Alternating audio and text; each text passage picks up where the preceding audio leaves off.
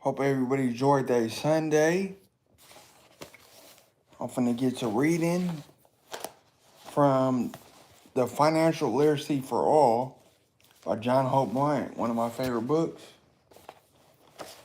So I'll be reading the chapter. It's about how poor whites got left behind. The narrative of how we got here isn't one-dimensional. It's complex and nuanced, with threads of economic transformation, shifts in the consumer landscape, evolving work cultures, and big changes in societal norms. In this chapter, we'll discuss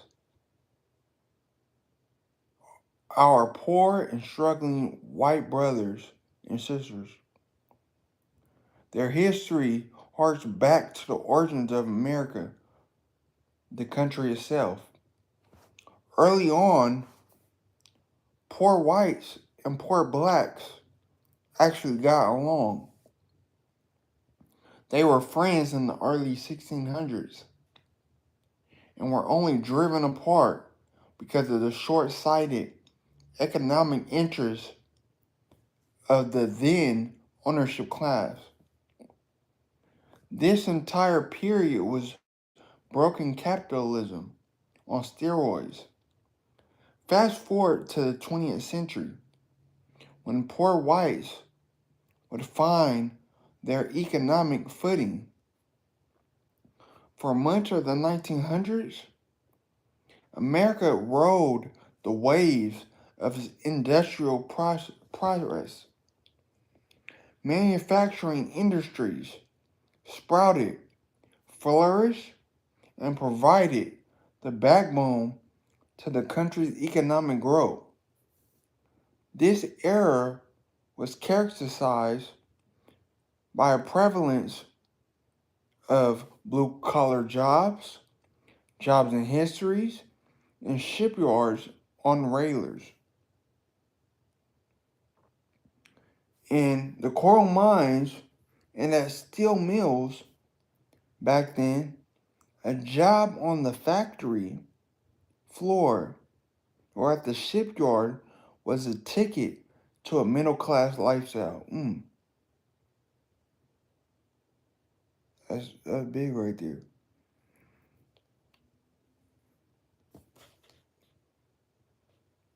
The burgeoning manufacturing sector turned out jobs that offered decent pay and often benefits and pensions. The industrial age stabilized an entire generation. A mere high school education and the desire to work was all they needed to access a respectable middle-class existence. The formula was simple. Finish school, get a factory job, work hard, and you had a fair shot at the American dream of home ownership, a car, maybe a yearly vacation, and a secure retirement. A comfortable life was within reach until it wasn't. Unfortunately, as the economy moved past the Industrial Revolution and into the technology and information age, the economy and the country and our leaders did not ensure that the population of working class whites evolved with it. And just like in the 1600s, the important group was left behind. The rise of automation, globalization, and the technology sector in the late 20th century caused the manufacturing sector to shrink. I gotta read that again. The rise of automation, Globalization and the technology sector in the late 20th century caused the manufacturing sector to shrink and decent paying blue collar jobs to vanish. At the same time, our society experienced several significant shifts. A new culture of social competition, or what I like to call keeping up with the Jones, was the result of access to spending power without fully understanding how to manage it. The dynamics of earning and spending were changing rapidly, and our understanding of the concept struggled to keep pace. As a nation, we lost something vital: our financial literacy. This lack of financial education, coupled with the increasing ease of making financial decisions, set the stage for an entire generation without the tools and the know-how to access the American dream. Today, poor whites are the largest population of the poor in America.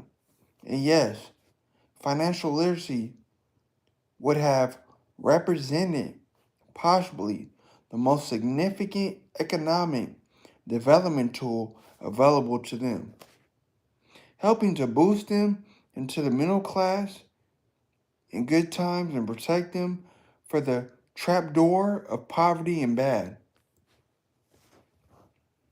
So, this chapter I'll be reading about blue collar work and the middle class dream. There was a time in American history when blue collar didn't signify struggle or imply low economic status. Instead, blue collar work represented opportunity and stability.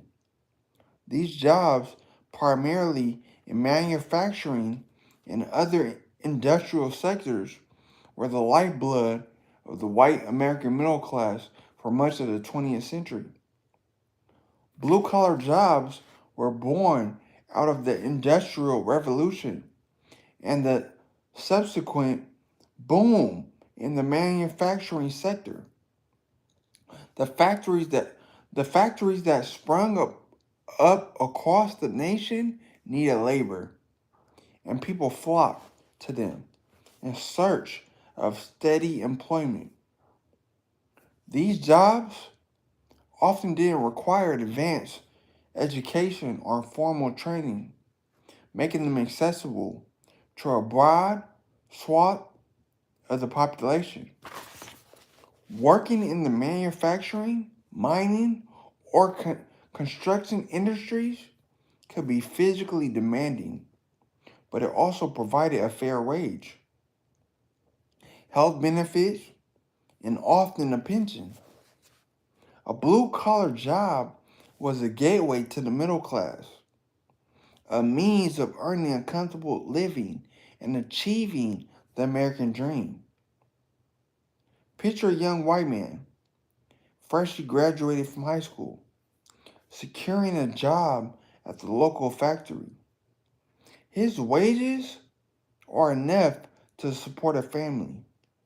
He buys a house in the suburbs, a car for commuting, and saves enough for yearly family vacations. His children attend good schools, and he retires with a decent pension. This was the middle class dream, and it was within reach of many blue collar workers. But as the decades rolled on, this vision of the middle class began to fray. Globalization, technological advancements, and shifts in economic policies led to a decline in manufacturing jobs. Factories that once hummed with activity were shut down or moved overseas, and the blue collar jobs that remained were often lower paying with fewer benefits. The promise of a middle class life through blue collar work is no longer given. Today it has become a symbol of ambitions unrealized. Thank y'all for tuning in. The disappearance of these opportunities left a gaping hole in the fabric of American society. As blue collar jobs dwindled, so did the pathways to the middle class for those without advanced education or specialized skills.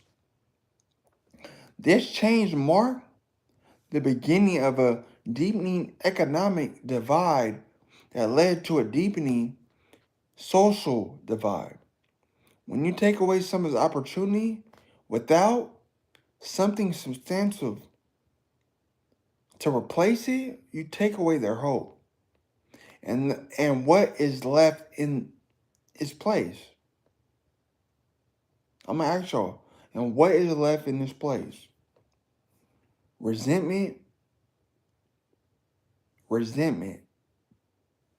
and discontent. Most groups felt the pain of this transition away from a manufacturing-based company. I'm gonna read that again.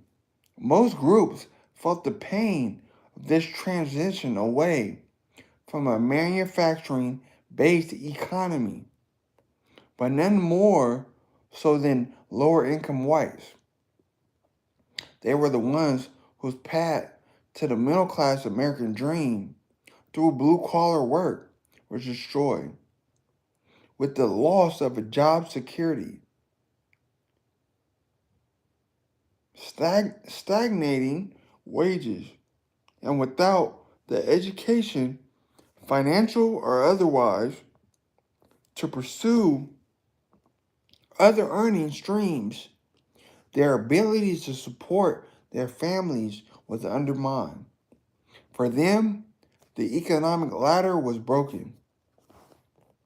If you investigate many communities throughout Middle America, especially industrial communities, you begin to see a narrative very similar to the one I saw growing up in Compton.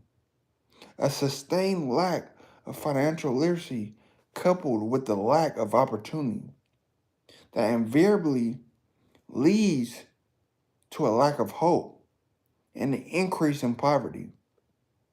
This often results in increased crime, increased drug use, and increased domestic abuse, which contribute to an overall decline in family and community life.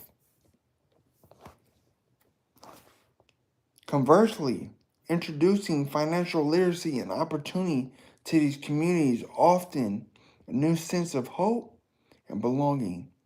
These communities who have been affected by the shifts in the economy have a way out of poverty, both materially and spiritually. It begins with fixing the broken aspects of capitalism, a major aspect of which is investing in financial literacy. I appreciate y'all for tuning in. So later on, I'll be reading chapter 5. It's about losing focus on the goal or financial freedom. I appreciate you guys and your support for your time. And don't go on others. We're global.